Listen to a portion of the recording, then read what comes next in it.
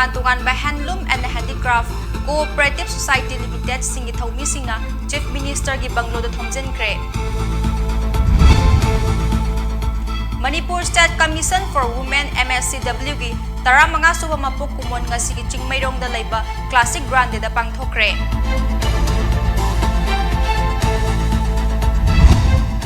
Chief Minister N. Biren na Tamenglong District laiba tungan-tungan ba project sing sangga kadaba laiba dugi mangoy na nga si Tamenglong DC da chair law na district level officer sing yu ay bamipang pangthokre. Amadi Manipur da haw kiba pungpun mari asida sample pun na lising ahum marfu ni toy test taw bada miyoy jani kuntra taru COVID-19 positive oikre ani sikre positivity rate chada taret dasmin taret oike.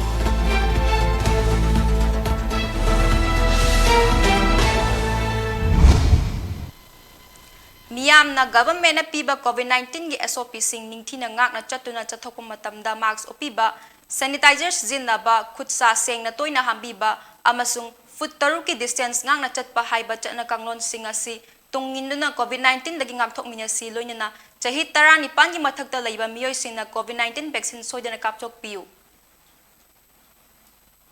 PONYTV mityeng tabiri basing mutaram nokchari hauzik pau sandok na pizari. Government of Manipur da lairiba tongan-tongan ba Handloom and Handicraft Cooperative Society Limited singna tanba dabi sing pigani haina thajaba pikhiba sing adu thabak oina pangthok piu haina ngasi lamdam masigi tongan-tongan ba Handloom and Handicraft Cooperative Society Limited ki secretary singna luchingduna Manipur gi Chief Minister gi banglo da thomjenkre. Imphal West ki SP Dr. Ibomcha, Imphal Police Station ki OC Inspector Ingcha yaung na edit SP kaya laktuna Kongjang loy sing gawari sanaraga marak tagi miyoy ahung khangat laga Chief Minister go na hanke.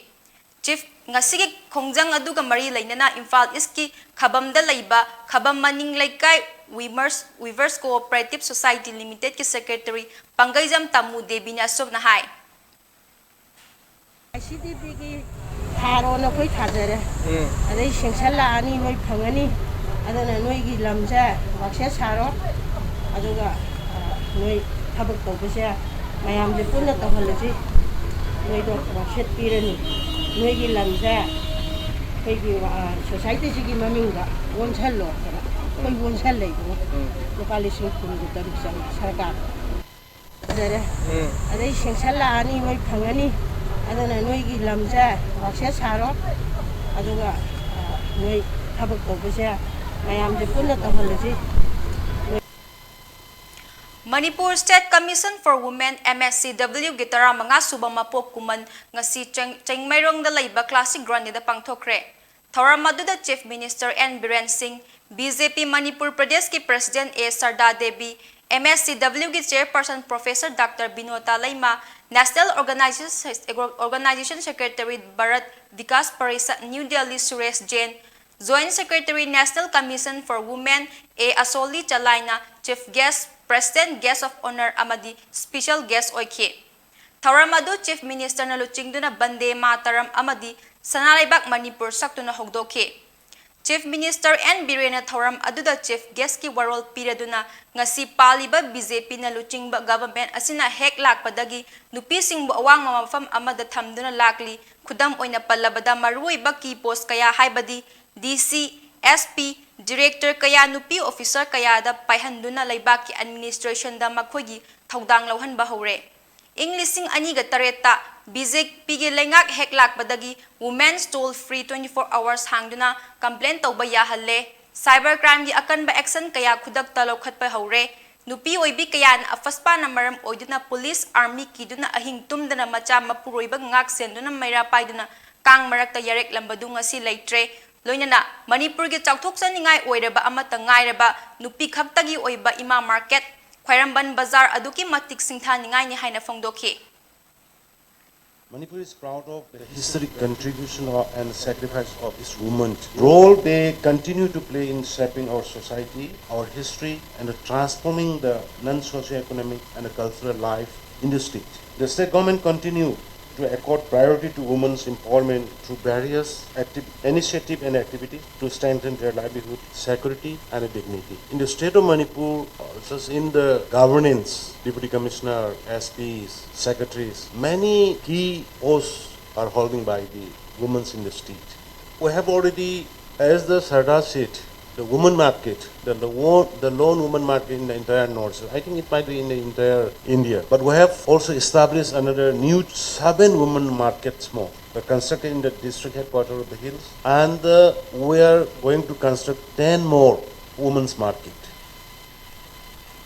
Tharamgi saruk ama oina State BJP President A Sarda Devi na haiki Manipur nupi ki singtha ningai oibadi panbagi loiba nairoi yungi polum khakna tana sama sembadasu achoba thaudang lauduna lakli English singama ga chamapan kuntra mapan da thokiba nupi lalsu miyam na khakkaw ba leitri lebaki dama khutlai paiba sifai sing na thongna fana sokna khibalan fam Chief Minister na ngasigi war on drugs haudokle adubu English singama ga chamapan marfu dagi hauduna Manipur gi nupi oibi kaya na mayra paibi Lingduna nisaban ni semgatuna nisa थिंगबगी खोंजंग di angan matamdagi haurakpani haiki Manipur की बहनें जो है 33 AD से लेके जो women commission नहीं थे उसी समय से लेके एक जो कोर्ट है पर्चा करके उसी पर्चा कोर्ट में जो वुमेन का प्रॉब्लम जितने भी इश्यूज जो है वो सॉल्व कर लेते हैं तो हमारी रानी लाइसना उन्होंने ये सभी चीजें सभी problem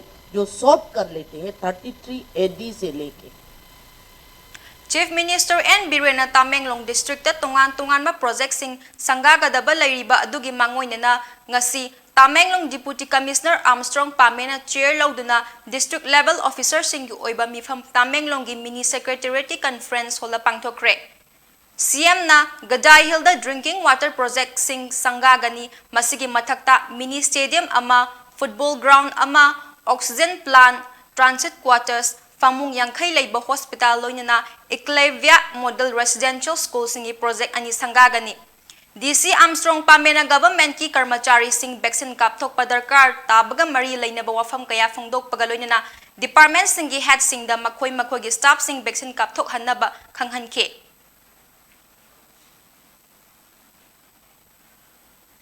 Manipur da hau kiba pungkun mari as the sample punna lising ahunga marfuni thoi test bada Miyoi chani kuntra taruk COVID-19 positive oikre ani sikre positivity rate na chada tare dasmik tare ni haina state ki COVID-19 command control room nagi fangba paw amana hairi state asigi oina COVID-19 positive case asi lak ama lising tara tare chotru kamaudra tare yaure loina sikhiba mi ki masing na lising ama ga chani pan tara tare sure laina laichit asidagi fagalaktu na miyoi marfu matoi discharge tawki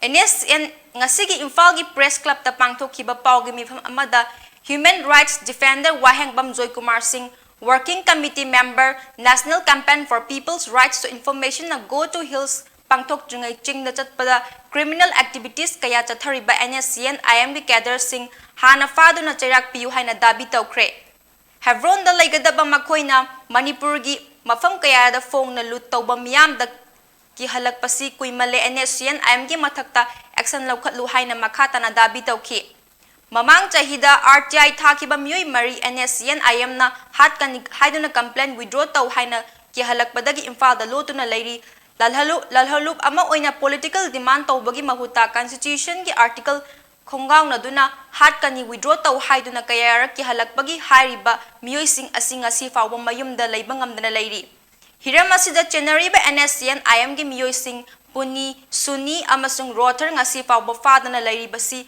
government asi kadai fawba soli haibadu takle haina waheng bamjoy kumar na fongdoki NSCN IM da haining idi na koina lalawluk ama koina political demand tawaba karigi human right violation tawribano RTI je na khoita thaba sunate Manipur sakada thabani senapati gi autonomous district council kuntaru ki manung da district council mari da development ki fund thade ki baje kamai tawgre na moi senapati gi makhoi mari na RTI thabani adu NSCN IM na moi thaba ya roi stan action habiti yauri do moi je hat ke ni habiki threat tor kone adu oji mani saka ki site gi di moi no ji hairi se central government tawgada bani adu mi pinpoint tawge adu NSCN IM action la phapangam di habu mai haira Hauzik paugi marak thana ten break ama lawminasi.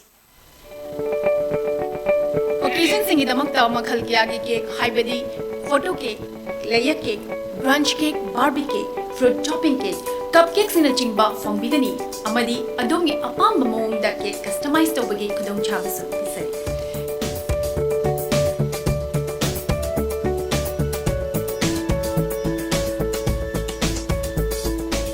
khudongchabasing asi lawbinabagidamagta lengsingbiru aikhoigi address NG College Road near Nauramtong. Phone number 9864112972. Aikhoigi online partner Food Wi-Fi amasung Food Web tagisu order tawiba yagan. Kaidowino? Kanano? Kaigino? Kaidowino? Masi pumna. Loi lebede gari ahan baga tungmo ngamdra bane. Pura laga tungone khaliba namai doi kaidro. Senbun puthokga leibedi ngamdra. Senbun puthokna leiba ngamdra su Imphal Finance salo. Ai ju ahan ba lei ngamdra Imphal Finance tagi loan oine lori. Imphal Finance na nongbu manung da gari loan lobu yab tong chapa pizeri adom na pam makhali gari kuringma lobu be yab. Break matung tarak pada makhataba pau pizari.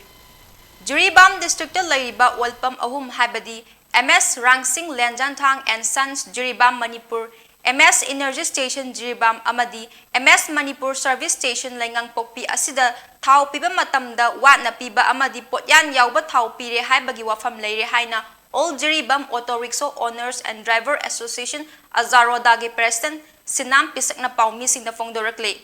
Wafam asi Jiribam da laiba paumi ki team amana Jiribam da lairiba olpam sing da chathakiba yengsin khungchat amaga mari lainana fongdorakibani.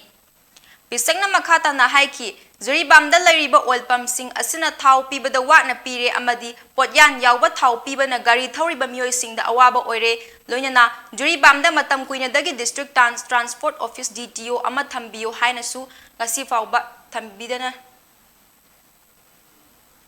Thambidana laibana Jiribamgi miyam da awaba ama oire haina maram maduna mari lainaba authorities singna mityeng changbiyu amasung athuba matam da Jiribam da DTO office thambiyu haina fongdorakle. Auto kanogi petrol pump thau pump je ahum je huji amabak rate manade masi mari lainaba sina kumai tawno do jeng be loina na hoji thau gi kapagi chamoina hapagi changsu Sangse dum ayamana wali habi complain mayama lai masisu apoigi jiri gi da leiriba petrol pump jingda yengchenna ba mari lenaba singna su yin bolona na hoju je jiri da leiriba akoi gari thauduna leiriba jiri pajada ge awa sing habadi akoi transport department gi DTO leitabana maram oidana ngasidi jiribamda adugmati awa boy Hiramasigi matangda Apex Body ama oiriba Jiri Development Organization ZDO gi President N Sadananda Maitena haiki Jiribam District asi State Capital lagi khwaidagi lapa district amani masigi su mathakta Assam ga thangnana laibani awat apana pik thalaba matam asida Jiribam da laiba petrol pump asi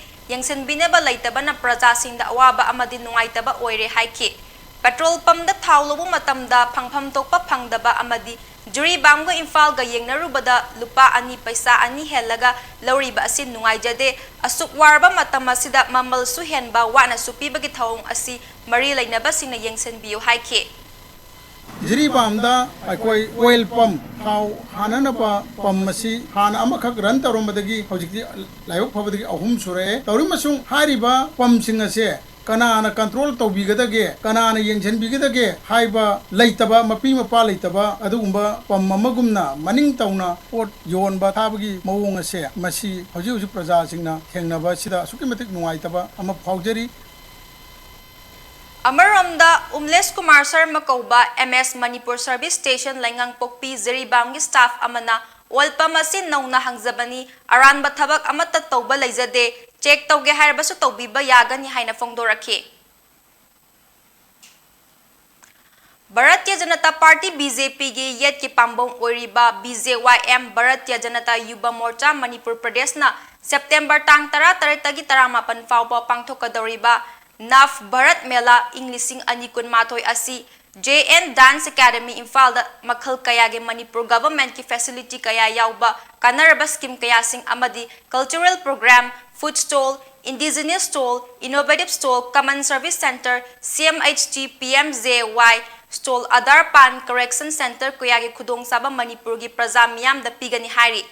Hariba numit asida miyam na lengbirak tu na mela asibu mapung pahan biyu haina Bharatiya Janata Yuba Morcha BJYM ge maikai dagi pauzelakle.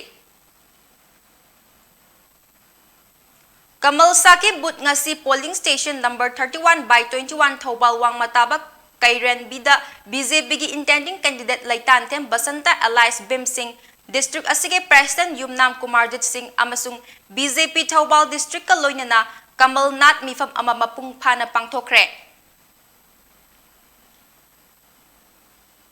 BJP Andro Mandal gi manung chanba 7/15 booth khaki oiba Yuba Morcha gi nahasina BJP gi mirep oigadoriba TH Syam Kumar bu sagwatuna lakadoriba Englising ani kunithoi gi general election ga mari lainana mifam pangthoktuna kupna khana kre hairi.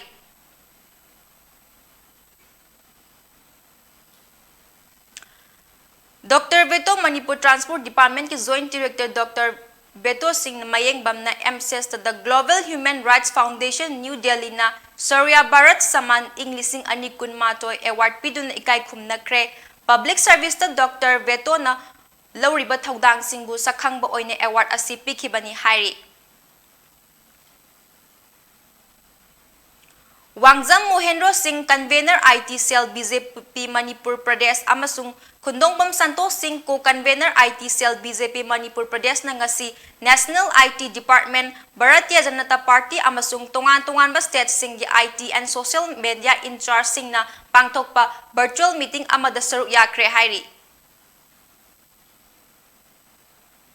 Minister Tungam Biswajit ki meeting makada hangkibat Thongju Kendra Community Home Isolation Center Eastern Ideal High School Loisinbaga Mari Lainana Torban Khetri Laikai Gram Panchayat ki ward member Soram Asalata Devi Amadi Katrimium Arun Kumar Social Activities Anina Isolation Asigi Committee da Lupa Lising Taragi Mateng Pangkre. Ngasi Tamenglong District Tausem Subdivision gi manung chanalaiba Faitol Village ta OP Savap nagi mityeng makada Juribam gi Kadam Talada laiba F-Koi 37 Assam Rifles na sinduna free medical camp ama pangthokre. Free medical camp adu the doctor oina Major TH Elias RMO 37 AR civil nurse sama staff sing amadi Koi CDR Major Sasikan Divyedana Sarugya kibagaloy na kunza kaya na Saruyaki. Free medical camp aduga mari lainana Major Sasikan Duibedi na hainga C37 AR ama di Biles Authority ga kutsamna free medical camp ama Faitol Biles asida pangthokpani free medical camp asida lakpa na ayeng khuding ningtina yengrama matungda hidak lang taksupiki. Free medical camp aduga mari lainana Faitol Kulgi Chief Paumintang Singsan na 37 Assam Rifles na ikugi kulgi damakta free medical camp ama pangthok pibasi yamna thagat pa ama di haraw ba fongdok jari haina fongdokhi. Kuntramatoy Suwa Thobal Kendragi polling station number 31/4 Thobal Moising the intending candidate Basanta Laitan Them na state BJP Manipur Pradesh pusagot pa oina yamlaba miyam na boot meeting ama pangthokre. Hauzik paugi maragta natin na break ama lominasi. The NDA government of Manipur is working with full dedication to fulfill PM Modi's mission to bring clean water to every rural household in the country. CM N. Biren Singh has already announced that potable water would reach all households in rural Manipur by 2022. How ambitious this task is can be gauged from the fact that when the National Jal Jeevan Mission was launched on August 15, 2019, only 5.74% rural households in Manipur had tap water connections. This meant that out of 4,51,566 such households, only 25,920 had functional household tap connection. But in just 2 years, that number has grown to 2,35,628. That is from 5.74% to 52.18%. 284 villages and 255 panchayats have already achieved 100% FHTC status. Such has been the seriousness of the government that 2 remote villages close to the Myanmar border, Khangbarol and Khengjoy, have also been provided full regular water supply. These villages were once severely infected with insurgency, but now all 155 families there have tap water supply.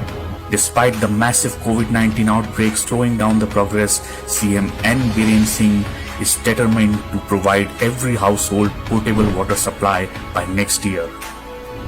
As PM Modi aims to bring clean water to every home in the country by 2024, CM Singh is ensuring Manipur is at the forefront of this mission.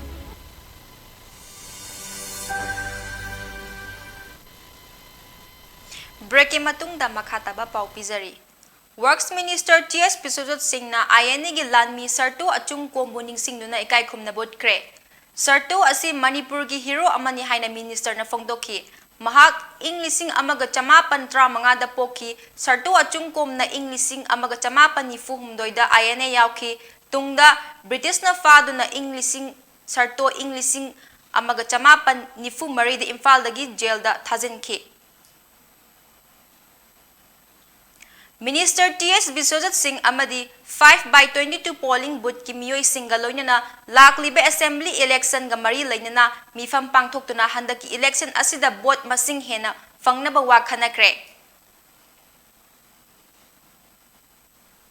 Rashtriya Swayam Sevak Sangh RSS ki hanagi sarang salak Sudarsana laikidabagi chahi na lakpada Minister T.H. Biswajit na luchingba asigi mafam da ngasi ikai khumna ba utkre.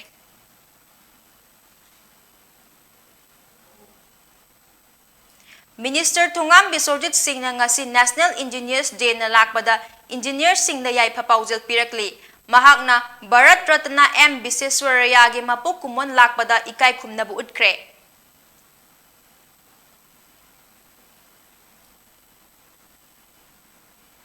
Wangjing Tentha Kendra gi manung da laiba Sangai Khong haiba National Highway gi nakanda khundariba praja khuding makta kanaba pigadaba market set ama haunabi matung ina ngasi Wangjing Tentha Kendra gi MLA Paunam Brojen Singh na sangakre. COVID 2020 gi curfew lai gi ba muk thing gi ba 21 da sumo curfew lai gi ba thing gi ba na maram wa da 사방 남기다가 하더라 공조과자 사무수 고비 curfew지나 탱가한 기다 오피셜 가락다가 마ям지나 탱가한 기다는 뭐라 뭐라 수마탕 그 탱가했던 그래서 그나 플랜 조제바디 랑 꾸이래 그러나 그나 나시리 누마라바 거기 공좀 상하이공 마켓 마시 그 상가거나 이마이벨지나 마나 마신 요나 거기 단자마 펑거세 그렇게 맞듯 누마이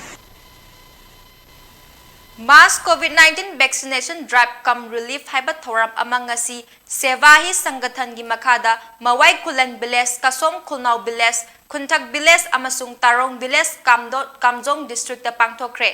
Hariba thoramasi Ningrengam Kasung Vice President Kisan Morcha BJP Manipur Pradesh ki liching makada pangthokibani.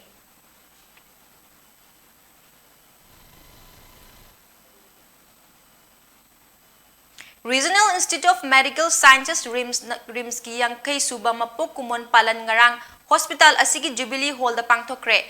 Tauramadu da Professor A. Santa Singh, Director RIMS, Dr. Priyosaki Devi, Medical Superintendent RIMS Professor T. Babu, Professor L. J. Chandra amadi Professor Brojen Singh akoizam na dais da fangki. Tauramadu da tungan ma department sing gi haithoi sing thoiba mahiroi sing da mana kaya piduna ikai khumnabu utke. Tauramadu da Professor A. Santa Singhana haiki RIMS asi analayang lamda mangjil thabang ngamle haibai anoba medical technology kaya RIMS tasu amata watana laire. Beginning today, RIMS Imphal enters 58 years of its existence.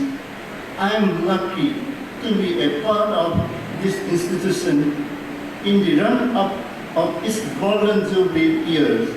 In the coming years, RIMS Imphal will aim to position itself among the country's foremost medical institutes by embracing the modern professional practices and focusing on our core strength. Hauzik aroy badamoroy bapaw. Government of Manipur Lairiba Tungan by Handloom and Handicraft Cooperative Society Limited Singi Thaumi Singna Chief Minister Gi Banglo da Thongjen Kre. Manipur State Commission for Women MSCW Gi Taramanga Suba Mapok Kumon nga Sigi Chingmairong da Laiba Classic Grande da Pangthokre.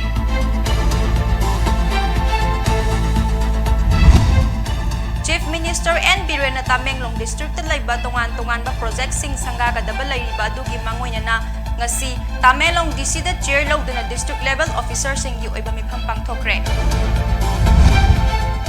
Amadi Manipur da haw kiba pungpun mari asida sample pun na lising ahong marfu ni toy test taw bada miyoy jani kontra taru COVID-19 positive oy kre ani si kre positivity rate chada taret das taret oy ke.